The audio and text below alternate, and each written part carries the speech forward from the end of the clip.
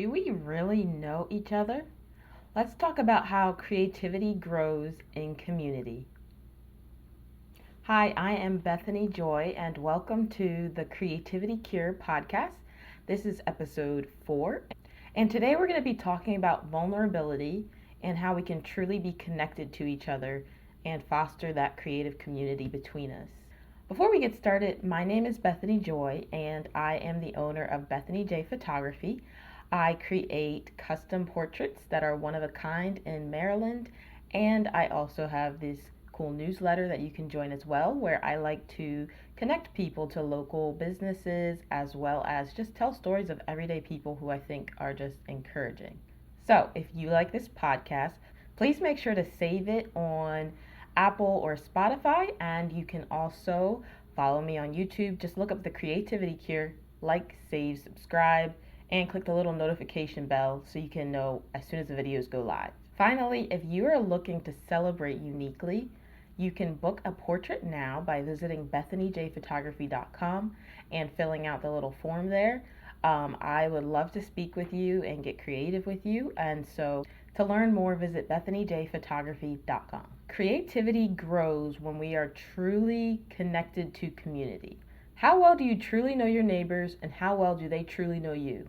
I recently dug into this topic as I was dealing with my own battle of confronting why I don't like conflict. I don't like conflict. I really don't. Just hearing people argue makes my hands sweat and my stomach hurts, and I know I'm not the only one.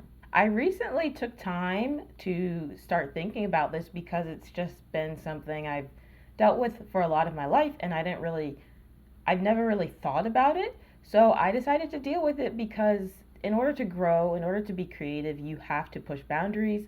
And when you push boundaries, you're going to run into conflict. When I painted a picture in my mind of what I wanted to avoid at all costs when it came to conflict, it was seeing friends become strangers. I had some painful memories of when people who I really cared about and loved, people who I thought I knew, suddenly became strangers.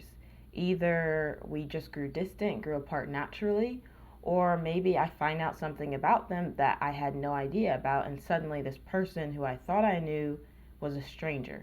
I really thought about a couple of times in my life where I received devastating news about people who I really thought I was close to, and I couldn't help but question if the reason I maybe missed their need, maybe didn't hear them, was because I was a bad friend. Maybe it was because I wasn't being there for them. And it really concerned me because I don't want to go my whole life thinking that I'm close to people and then find out at the end of the day I didn't know them at all. This thinking led me to understand something I really wasn't able to put into words until recently. I didn't know how to handle disagreements and conflict because in my head it all turns into fights and separation.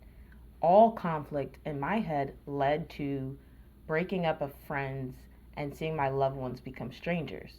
Number 2, that belief led me to often choose agreement for the sake of peace at the cost of not actually communicating my honest wants, needs, or desires. I'm going to say that again. I'm reading it because I want to really communicate this properly. I had a belief that led me to choose agreement for the sake of peace at the cost of not actually communicating my honest wants, needs, or desires.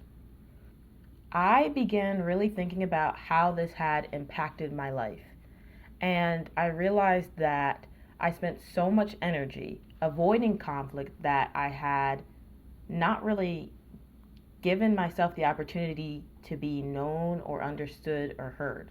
And the person who really helped me see this was actually my husband. I was just sharing with him about this problem, and what he said to me really helped. He was like, I'm not friends with my friends because we've never gone through anything. He said, I'm friends with my friends because we've gone to some crazy places and we made it through together.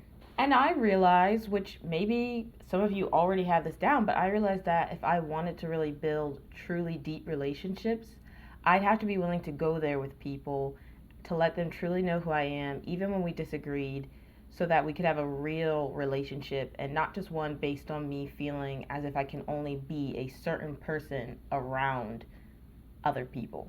I have to be honest, even when there's conflict or disagreement. What happened when I